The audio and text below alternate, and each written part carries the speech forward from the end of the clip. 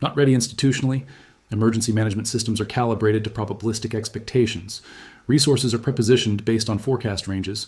Evacuation orders are issued according to protocols developed around historical intensification rates and historical lead times.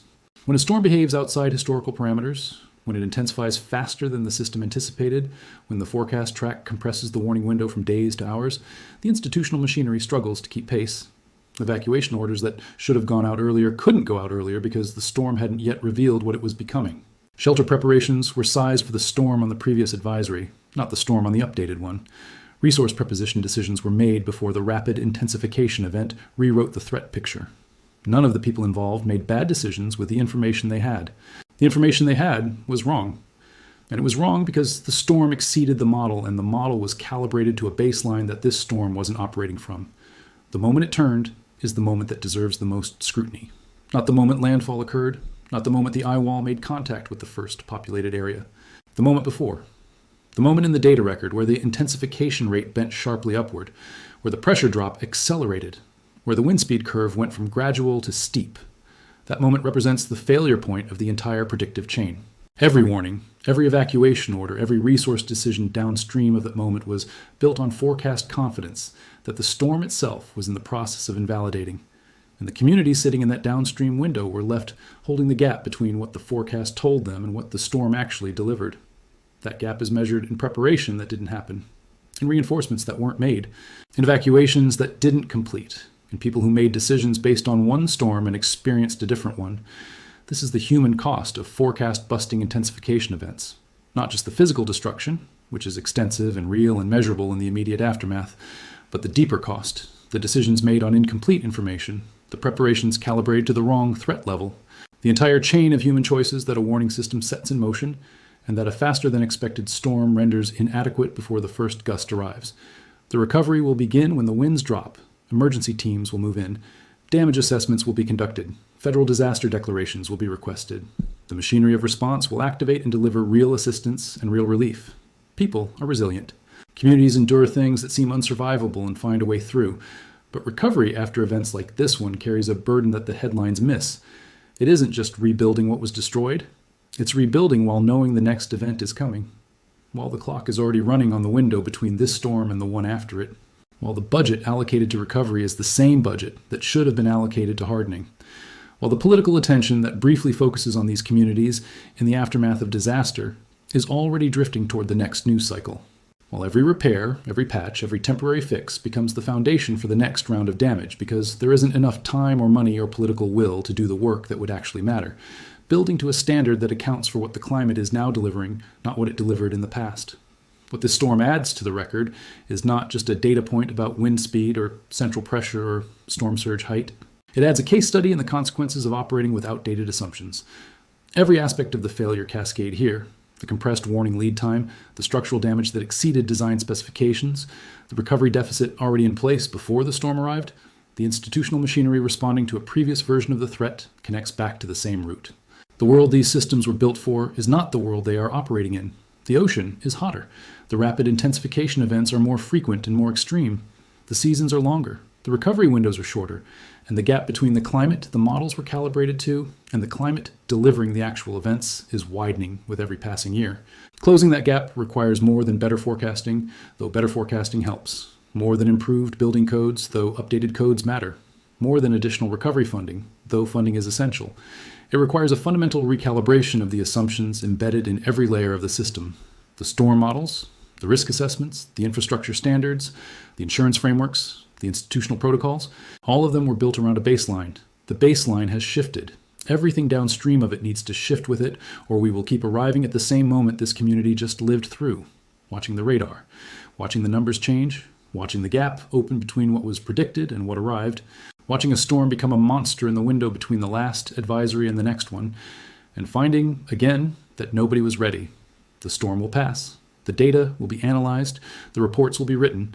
The forecasters will study the intensification sequence and refine the models. The engineers will assess the damage and update the load calculations. The emergency managers will review the timeline and revise the protocols. All of that work is real and necessary and genuinely improves the system's capacity to handle the next event. But the next event is already forming somewhere over water that is warmer than it should be in a month that used to be quiet, under atmospheric conditions that are increasingly favorable in seasons that the old calendars called off-peak. And when it turns, when the pressure drops faster than the models expect, and the winds jump past the previous forecast ceiling, and the warning window compresses, and the communities in its path are making decisions based on information that the storm itself is already invalidating, the question will be the same one it always is. Why wasn't anyone ready? The answer will be the same one it always is. Because ready means something different now, and we haven't finished redefining it yet. According to flight tracking data from Flight Radar 24, the jet was heading toward United Arab Emirates airspace, with Abu Dhabi as the apparent direction of travel before its transponder went dark. That disappearance from radar, that sudden silence after the emergency code, is actually a routine occurrence in military aviation. Pilots regularly switch off their transponders once they have safely landed or once operational security demands electronic silence. But in the context of everything happening in the Gulf at that precise moment, the combination of an emergency code followed by a vanishing signal was immediately and aggressively seized upon by Iranian state media as evidence of something far more dramatic than a routine technical issue. The incident triggered speculation online, especially after Iranian state-linked media claimed the aircraft had been shot down. However, no independent evidence, wreckage visuals, or official confirmation from the United States has emerged. The Iranian Consulate General based in Hyderabad, India, posted on X that a U.S. Air Force F-35 Lightning II had transmitted the emergency code while flying over the Sea of Oman, and added that sending this code means there is an urgent emergency situation that requires a landing. Iranian state outlets. Fars news agency and Tasnim ran with the story immediately, framing it as evidence of Iranian military superiority and a direct strike against the crown jewel of American air power. The reality, however, was far more ambiguous, and that ambiguity itself tells you everything about the fog of war that has descended over this region. In 2026. Now, to truly understand why a single aircraft declaring an in-flight emergency over this particular patch of ocean generated such global alarm, you first have to understand what the F-35 Lightning II actually is, because this is not an ordinary airplane. The Lockheed Martin F-35 Lightning II is an American family of single-seat, single-engine, supersonic stealth strike fighters. A multi-role combat aircraft designed for air superiority and strike missions, it also has electronic warfare and intelligence, surveillance, and reconnaissance capabilities. It is the product of the most expensive weapons development program in human history, a machine that took over 2 decades and hundreds of billions of dollars to bring from concept to operational reality. Its unmatched stealth allows it to fly undetected in contested airspace, while its advanced sensors and data fusion give pilots a 360-degree view of the battlespace. That information doesn't just stay in the cockpit, it is shared across land, sea, and air forces, keeping the entire joint force connected and coordinated. What makes the F-35 genuinely revolutionary is not just that it is stealthy, though its stealth characteristics are extraordinary. Stealth is a key aspect of the F-35's design, and radar cross-section is minimized through careful shaping of the airframe and the use of radar-absorbent materials. The aircraft carries its weapons internally, which means that, unlike older fighters bristling with external missiles and bombs hanging from pylons, the F-35 presents almost no radar signature to enemy detection systems. It can enter enemy airspace, conduct its mission, and leave before most air defense networks even register its presence. The F-35 can reach speeds of up to Mach 1.6, or about 2 to 100 miles per hour, and it combines that speed with a sensor suite that includes advanced radar systems, electro-optical targeting, infrared search and track, and a helmet-mounted display system that allows the pilot to effectively see through the aircraft itself in any direction. The F-35's unprecedented ability to combine battlefield intelligence and technology across every domain, land, sea, air, space, and cyber, gives it an overwhelming edge and capability over the alternatives. In short, this is not just a fighter jet. It is a flying command center, an intelligence-gathering platform, a precision strike weapon, and a force multiplier all wrapped into one airframe. When one of these machines declares an emergency over an active war zone, the world takes notice. To truly grasp why this moment was so electric, so charged with meaning, you have to wind the clock back to the 28th of February 2026.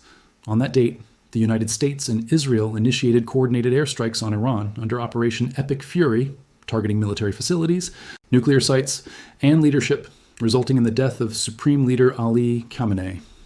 Iran responded with missile barrages on Israeli cities and U.S. bases in the Gulf, including in the UAE, Qatar, and Bahrain, causing casualties and infrastructure damage.